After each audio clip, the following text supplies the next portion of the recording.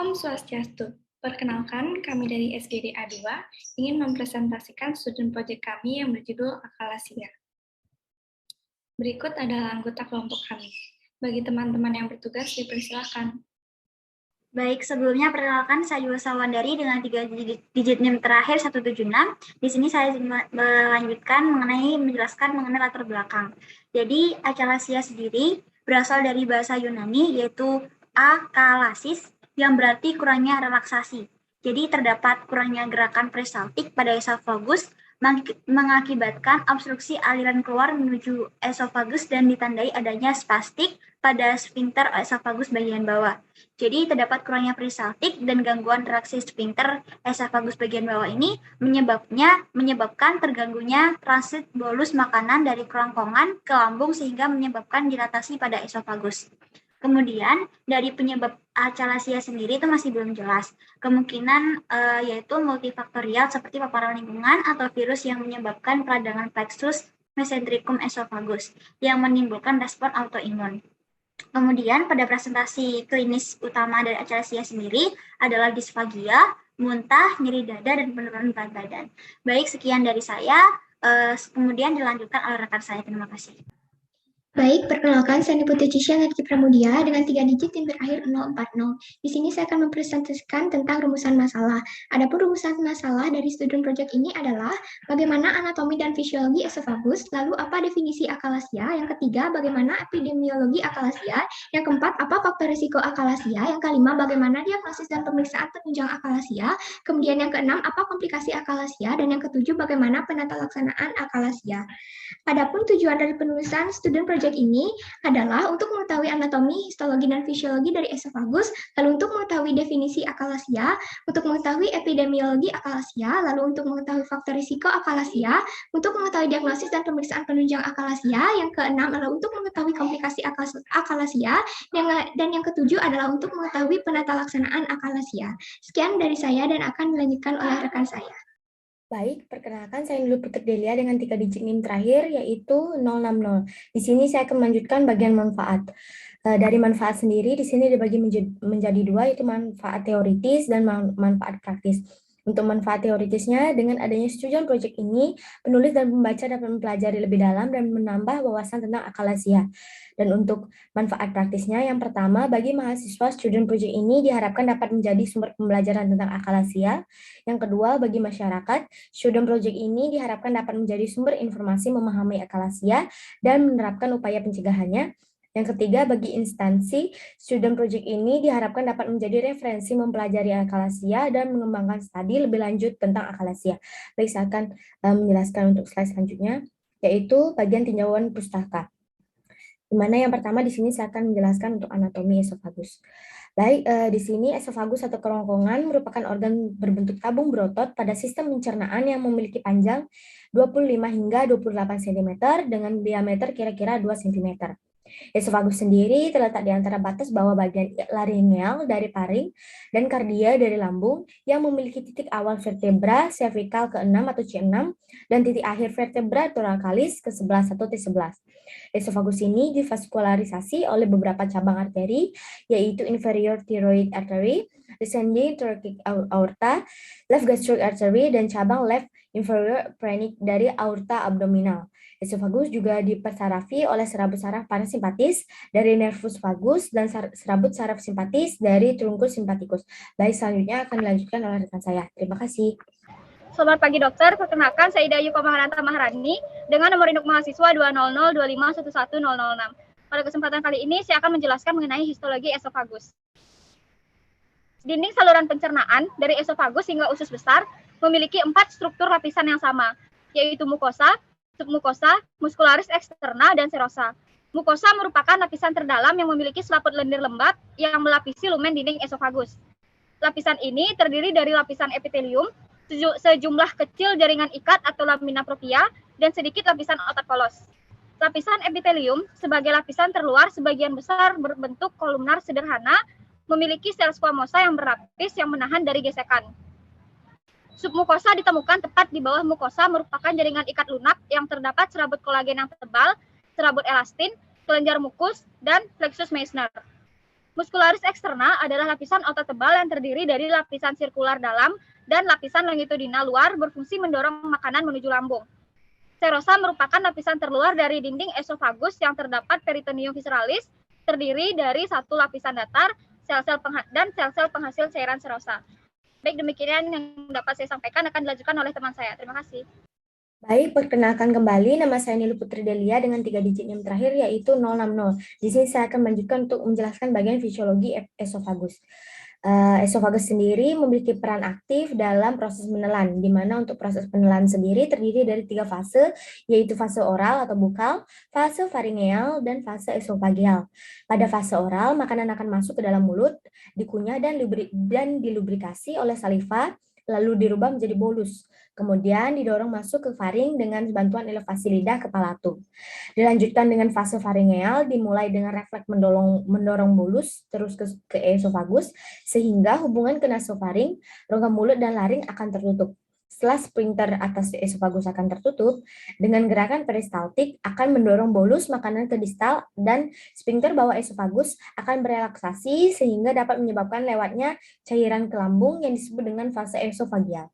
Sphincter atas esofagus memiliki fungsi dalam proses penelan, sedangkan sphincter bawahnya berfungsi mencegah terjadinya refluks cairan lambung ke esofagus. Baik, sekian dari saya, akan dilanjutkan oleh rekan saya. Terima kasih. Baik, perkenalkan, nama saya Kidagus Pradana dengan 3 digit NIM dari garis 39. Di sini saya mendapatkan tugas untuk membuat definisi dari akalasia. Di mana akalasia ini adalah keabnormalan yang terjadi di esofagus.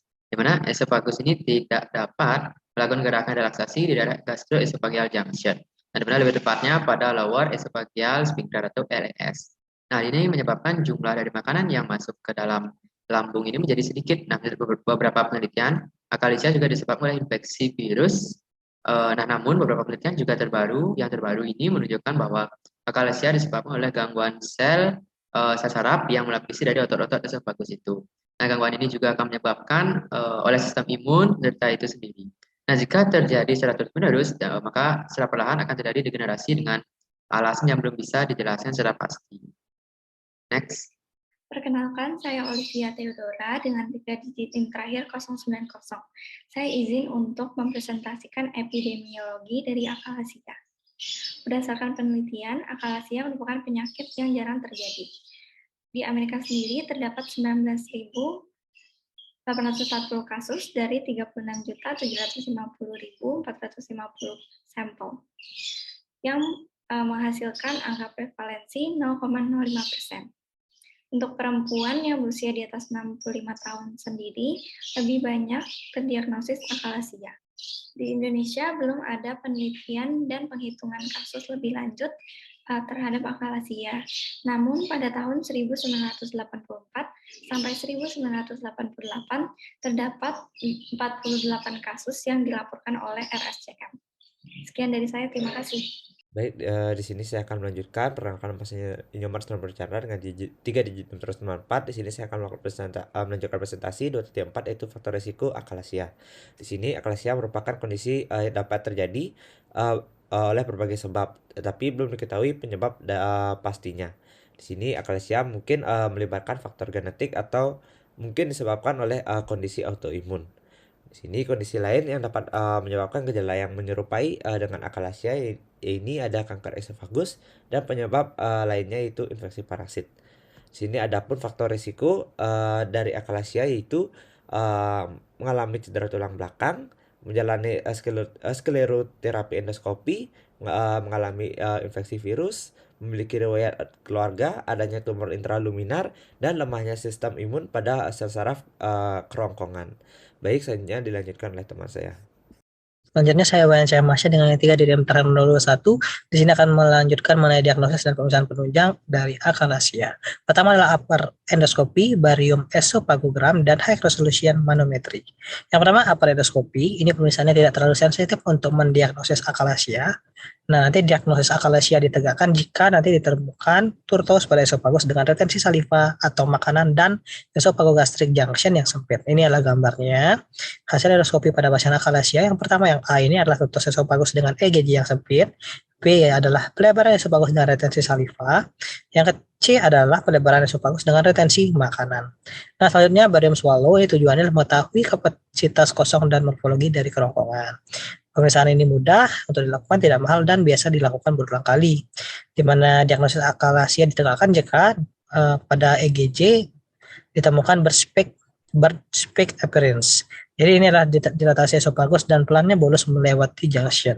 Untuk stage akalasia ada 4, 1, 2, 3, dan 4. 4 ini merupakan end-stage disease.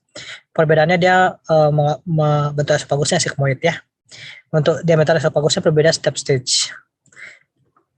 Nah, ini adalah barium swallow di mana hasil radiologi pasien pada setiap stage dari akalasia sudah dijelaskan sebelumnya, stage 1 sampai stage 4. Selanjutnya pemeriksaan ketiga bisa dilakukan esophageal manometri. Ini adalah suatu gold standar untuk mendiagnosis akalasia berdasar kepada ketidakseimbangan peristaltis dan gangguan LES pada respon menelan. Di mana dikatakan akalasia jika peristalsis esofagus tersebut terjadi secara bersamaan atau tidak terjadi sama sekali, di mana ada subtipe dari akalasia menurut esophageal manometri ini. Yang pertama tipe 1 yaitu adalah stage akhir, tipe 2 itu adalah stage intermediate, dan tipe 3 itu merupakan penyakit pada stage awal.